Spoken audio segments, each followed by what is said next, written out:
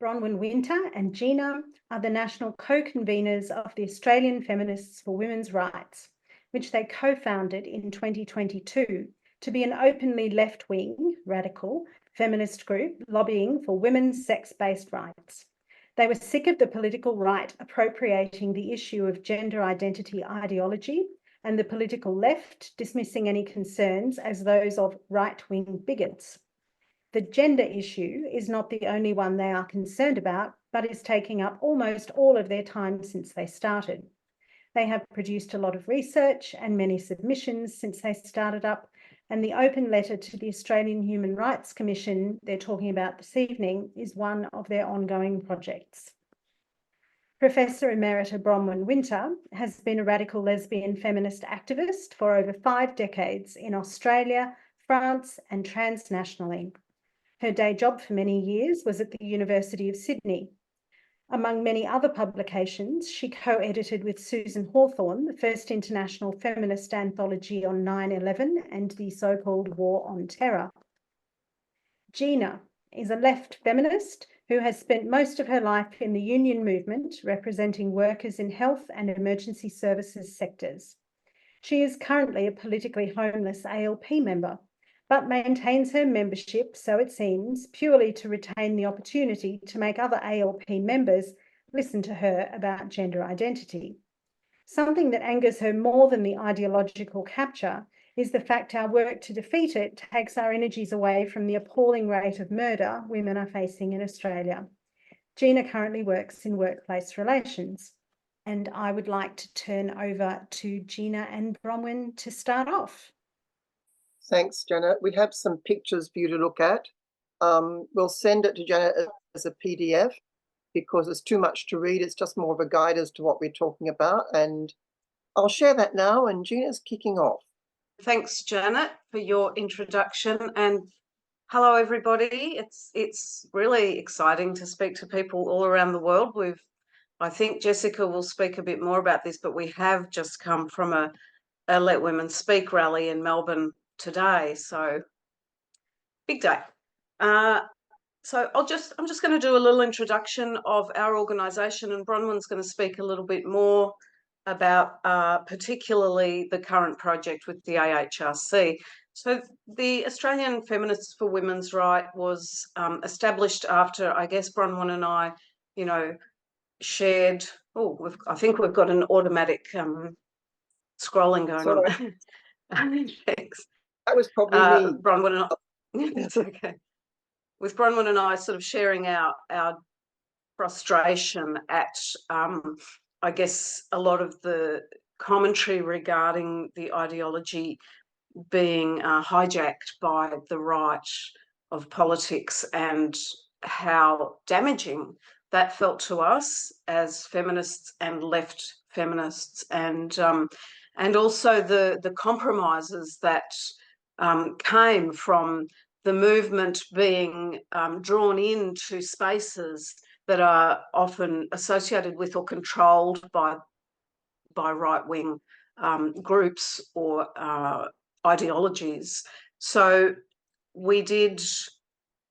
I can see that there's questions coming up. Maybe we can. I'm not sure if Janet, we would normally respond to questions during the presentation. Maybe at the Q&A afterwards we would do that. Great. So yeah, Bronwyn and I set about sort of finding like-minded left-wing radical feminists who were interested in and had energy to become involved in what we really wanted to focus on as being political advocacy, knowing that because the left is predominantly a strength in the gender ideology space, that we really needed to find a way to change the narratives, to have proper discussions, informed discussions, for those discussions to even be able to occur, which we haven't obviously. Can you go back to the previous slide, Bronwyn? We haven't been able to achieve, but we're still working on it. So that was the purpose of our initiating the the group. So I just want to make sure I sort of touched on everything. And yeah, as Bronwyn's mentioned in the slide there, that we do have a focus on women's rights more broadly, but yes, our time does get very much taken up at the moment with gender ideology work, which seems to be inevitable. We really can't sort of move on from it to achieve other things at this point. So what we have, we should have a link to our website here, which you'll see if you go to it. We have a number of projects that we are working on. We've put together a detransitioner project after having some meetings with the UN Special Rapporteur for violence against women and girls, Reem Al Salam, and we are putting together, gathering testimonies from Australian women and girls affected. Thanks.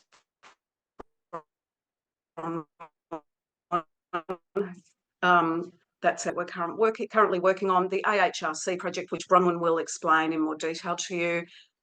We have also been working a lot on the New South Wales introduction of sex self-ID and conversion therapy legislation. So you will see on our website, if you have a look at it, we've also done a number of submissions, particularly what we started off with was what we call our myth-busting document. And it collated a list of, I think we ended up with 12 common myths regarding gender identity that really are problematic in terms of people understanding what has occurred, what is occurring, the facts behind the narrative and behind the tropes. We've had some really great feedback from that document. Its purpose is to be able to, for people to be able to use it to inform themselves, but also to inform others, particularly in Australia, to be able to send it to politicians. As it says in the slide, we sent it to many politicians, federal politicians, particularly given the Sex Discrimination Act that enables a lot of the ideology to thrive in this country, has had some amendments to it to remove the definitions of woman and man. So that's really problematic. We need to focus on our federal politicians to address that. That's something that we need to move into that space a bit more. But so, yeah, that's one of the really great pieces of work that we've put together, the myth-busting dossier. Additionally, we do tend to spend a lot of time putting together submissions, and you will see on our website a long list of submissions that we have made, some of them solely from AF4WR and some of them in combination with other organisations. So, yeah, that's a little bit about us, but probably more interestingly, Bronwyn's going to go into our AHRC project. We're a small group at this point. I'll just mention we are at the point of starting to go through the process to become incorporated, and then we'll be opening up to membership. And yeah, we've sort of consolidated our core now. We're getting a little bit more effective, and the AHRC project's been a really great opportunity to I guess, build our platform as well as do some good work. So, yeah, I'll hand over to Bronwyn. Thanks, Gina. Okay, so probably most of you have seen this. Every person among my sort of friendship and my sort of broader networks that has looked at this thing, the first reaction was, this is a witch hunt. And that is exactly what we thought too. The visual that accompanies it on their website is worth commentary because they're talking about being diverse and inclusive. Now, just have a look at that picture. You've got stereotypically male people taller at the back and stereotypically female people shorter at the front, including the spaghetti straps and with the badge on the tit and the hand on the hip in a girly pose. So the sort of stereotypes they're coming out with are quite extraordinary. The badges are basically the trans networks identified badges. You know, they've invented all these badges. They've invented a flag for lesbians that no lesbian I have ever met has ever used. But they invented all these things. They've got the rainbow, they've got the trans colors, and the other one is for non-binaries.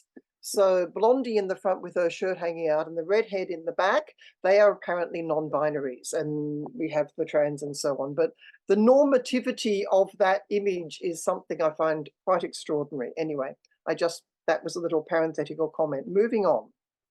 So this is, the slides will be published somewhere. I'll send a PDF for Janet and we go up on the website with the video. But you've probably seen they're really targeting this. They've assumed there are all these threats to transgender and gender diverse people, whatever the hell that means. And it's sort of news to us because we are very much under threat, as those women who are at the Melbourne rally today are keenly aware from the violence they encountered. And fortunately, this year, the police did their bloody job and protected them.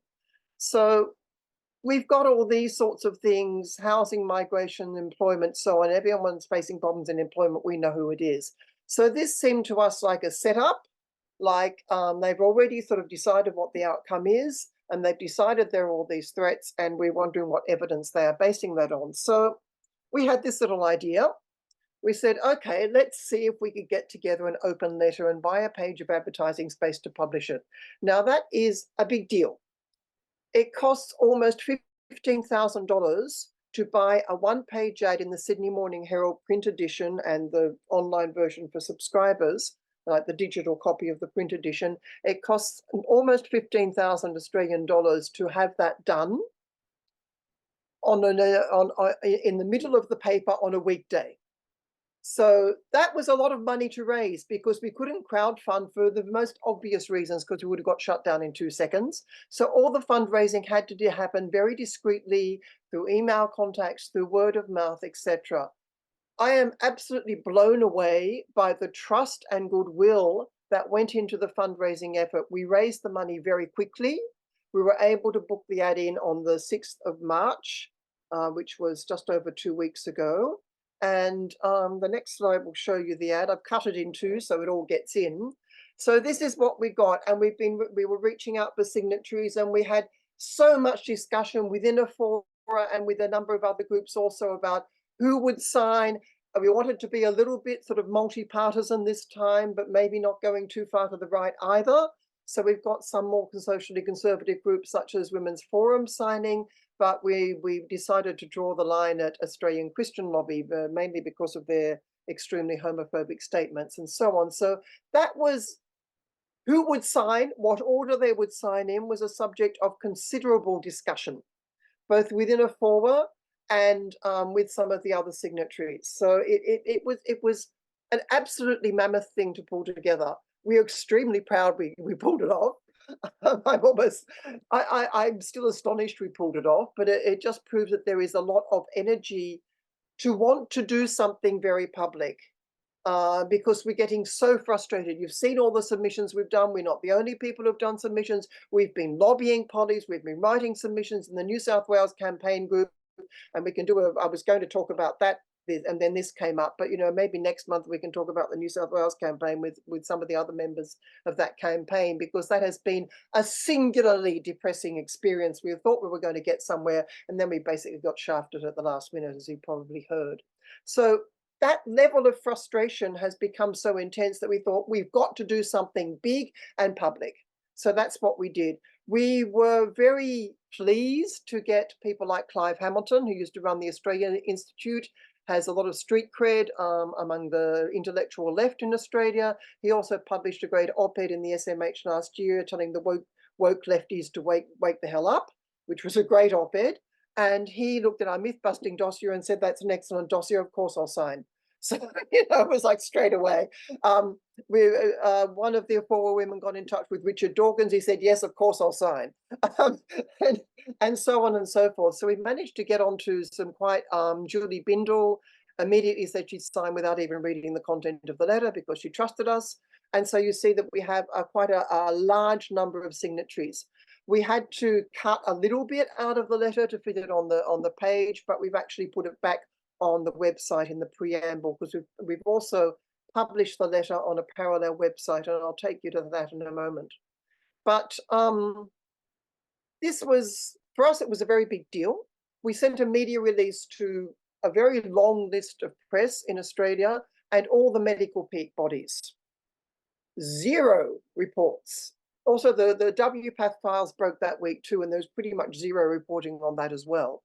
The WPATH files were released the day before this ad appeared. So it was quite a big week in the gender critical, or I prefer to say gender abolitionist space, because I don't have a gender, I don't want a gender, and I don't want there to be any genders in the world. However, moving on. So that was, it was a big deal. It was a very big deal to pull that off. And the thing is that we had to, because we're not incorporated yet, as Gina pointed out, I had to set up a holding account for the money that I run. I am in complete control of that account, and people trusted us enough to pay money into that account, which is, you know, still sitting there, and I can show the details, blacking out names to anyone who wants to see it. But it's going to pay my credit card bill, which paid for the ad in a few days' time. So we're still very proud of it. We've had a lot of excellent feedback. It's brought us, we're getting retweeted on the socials about it, and so on and so forth. So and what is also really good news is that the parallel website we set up, and that little bit with the dot points is the bit we had to cut out of the letter because we just didn't have room. So we stuck it back in on the website. So we've invited people who didn't make it into the ad, or who weren't able to make it into the ad because of, you know, needing to be discreet or have a pseudonym or whatever. In terms of the ad, we did want to have groups going first, and the groups were all listed alphabetically. I'll just take you back to the signatories. The groups are all listed alphabetically. After the groups, we put the health professionals. After the health professionals, we put people who would have clout. So we put the academics, the professors, and so on and so forth. I just happened to be there with Clive Hamilton and Richard Dawkins because my name fit on the line and Madeline Beekman's didn't, and that's the only reason that happened. And then we had, you know, various other people, various other activists, journalists. We have Helen Joyce signed, and who was very appreciative of being asked, by the way, and various individuals who wanted their names to be there. So that was, you know, and that was a difficult conversation too. Who signs? What's the order of signing? Who do we have in? Who do we have out? And so there was some debate about that as well. It wasn't easy. So we have hundreds of signatories on that website. You've got the URL there. For some reason, when we send that URL in an email, it's getting blocked by some ISPs. We're not quite sure why. It's a standalone website. It doesn't depend on AF4WR. We set up a completely separate website for this project. It's a one-page website. And but for some reason, servers like Big Pond and so on, if you actually put that URL in an email or an attachment to an email, it gets bounced. So when I put the URL in an email, I now put equality for human, www.dot in capitals, equality for human rights, dot in capitals, org, so that it doesn't get blocked because people, for some reason, weren't receiving the emails. I don't know if somebody maliciously reported it as malicious. That's quite possible. But anyway, so we've had a bit of a problem. We haven't got to the bottom of that one. However, there are hundreds of signatories. I'm not going to put all them up on a slide, but you can go to the website and have a look. And if you haven't signed, go ahead and sign. We've got signatories from the US, the UK, and various other places. So that's still happening. They're still signing on. The morning I composed an email that I ran by the AF4WR women, and they were all happy with it. And I said, yeah, go ahead, send it off. I composed this email to the Australian Human Rights Commission. Rosalind Croucher is the president of the Human Rights Commission. Lorraine Finlay is the Human Rights Commissioner, and Anna Cody is the Sex Discrimination Commissioner. And she has pronouns. She signs she, her, just in case there was any doubt. So, and she speaks about herself in the third person, which she must think she's a 17th century French monarch because that's what they did. So this was sent at 7 a.m. in the morning of the publication. Heads up, this is coming out in the Herald today. And this is why we have been writing, we have been lobbying, we have been putting in submission. Nobody is listening to us. So we need your attention and we need it now. I quite deliberately, and Clive Hamilton actually mentioned that to me, you know, when he was talking about writing to the AHRC, and he was talking about the lag thing, yeah, lesbian action group who applied for an exemption under the Sex Discrimination Act that was supposed to protect us, right, to hold a women-only event. They were denied that exemption. They are now appealing. So I really wanted explicitly to mention that, to prove, to demonstrate by a very recent event that there is a conflict of rights claims, that actually women's rights are not, our freedom of association and assembly and even of expression is now being denied. So we have a direct conflict happening here. They're not separate issues. So happy to meet with you. Let's chat. Guess what we got in reply? The woman clearly thinks we can't read very well because she basically repeated what was on their website. This is what the project's about. That wasn't what my email about. I wasn't asking what the project was about. We know damn well what their project is about. So we come out completely blown off. We are now discussing within AF4WR. We're actually having an AF4WR meeting coincidentally tomorrow morning, and we're going to discuss writing a reply either as AF4WR or possibly getting all the signatories to sign on to the reply if we can contact them all. But that's something we're going to discuss tomorrow morning. We're not going to leave it there. We're also putting in a Freedom of Information request to the Australian Human Rights Commission, asking on what basis they decided there were threats, what evidence they have for saying there were these threats, how they define these threats, the location of the threats, what made them decide to, you know, locate the threats in certain places. What is the evidence? What is the documentation to back up this project that justifies spending taxpayer money on this project? We're encouraging other people to put in Freedom of Information requests to the AHRC along similar lines. And people are also making submissions, and we're hopefully going to get to make one ourselves if we can never sort of pause for breath. So that's sort of where it's up to. Do I have any more slides to show you? Just let me see. I think that might be the last one. Oh, no, it's not the last one. It's sort of, what do we do now? What do we do now? So we're keeping the Open Letter website open. The URL is in the slides. I can put it in the chat as well.